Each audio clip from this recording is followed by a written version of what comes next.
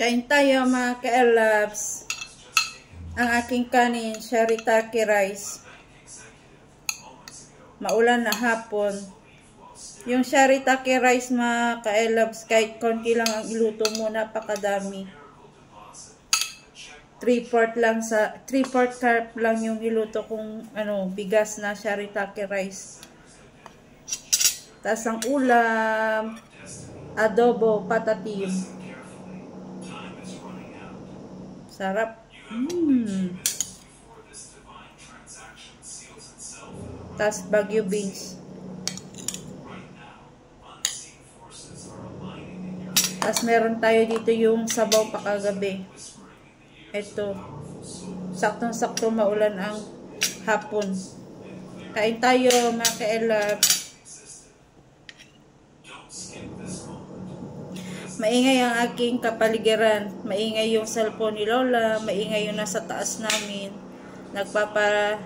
Sila, renovation ba yun? Nagpapa-renovate sila. Unang subo. Harap.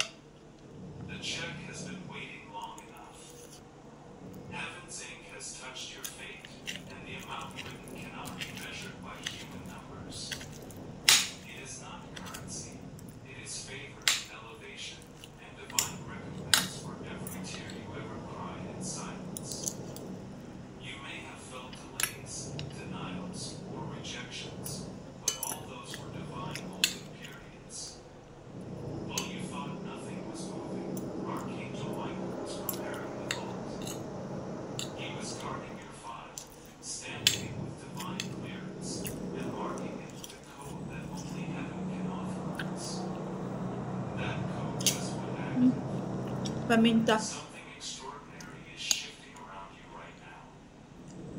Repolyo.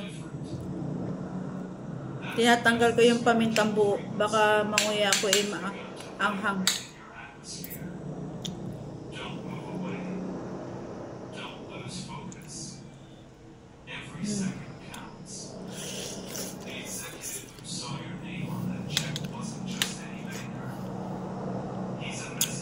Mainit.